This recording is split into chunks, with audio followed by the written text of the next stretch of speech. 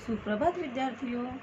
आज हम हिंदी पाठ्य पुस्तक में से पाठ क्रमांक 5वां दादी अम्मा की रसोई यह पाठ सीखने वाले हैं। इस पाठ के माध्यम से लेखक ने दादी अम्मा द्वारा बनाए जाने वाले विविध खाद्य पदार्थों की जानकारी प्रयास की है। तो बच्चों, हम सभी को अपनी अपनी दादी बहुत अच्छी लगती है ना? क्योंकि दादी हमें बहुत लाड प्यार करती है, बहुत अच्छे अच्छे कहानियाँ सुनाती है, हमें अच्छा अच्छा खाना बनाकर खिलाती है।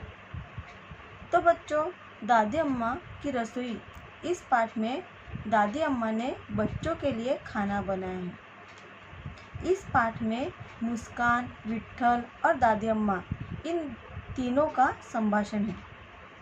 तो आओ बच्चों, देखते हैं दादी अम्मा और बच्चों में क्या बातचीत हो रही है। मैं पाठ पढ़ती हूँ, आप पाठ्य पुस्तक में ध्यान दीजिए। चित्र निरीक्षण, देखो, समझो और बताओ। लेसन नंबर 5, दादी अम्मा की रसोई। अभी देखो, मैं पढ़ती हूँ, आपको टेक्स्ट बुक में ध्यान देना है। अम्मा, विट्ठल, मुस्कान, आ गए तुम दोनों? मुस्कान ने कहा, हाँ अम्मा, प्रवीण और हर्ष भी हमारे साथ थे। तो विट्ठल ने कहा, आज इफ्तिकार और अश्विन के साथ कबड्डी में आनंद आया। अम्मा ने कहा, अच्छा, मैं सब्जी काट रही हूँ, खाना बनाने में थोड़ा समय लगेगा।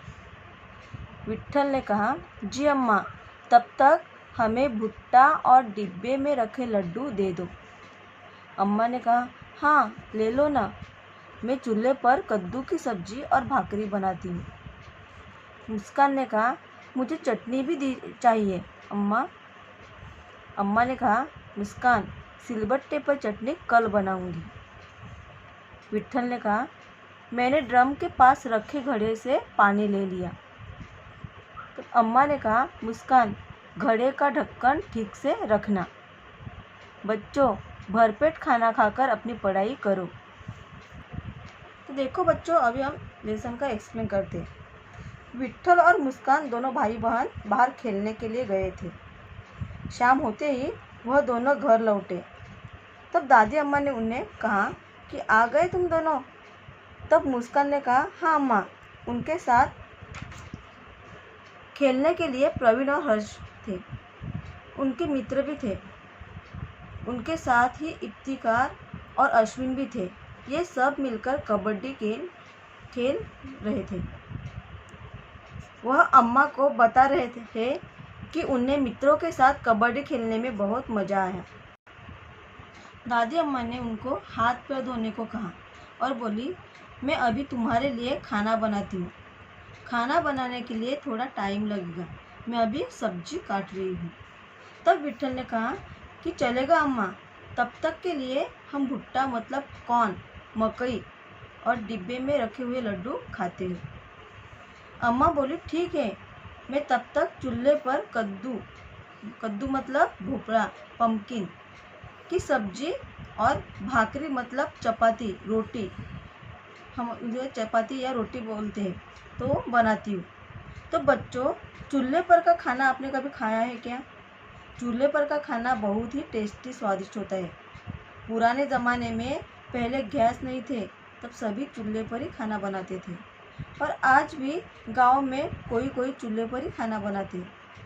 तो इस पाठ में भी अम्मा चूल्हे पर ही खाना बना रही है, क्योंकि चूल्हे पर का खाना बहुत ही टेस्टी होता है।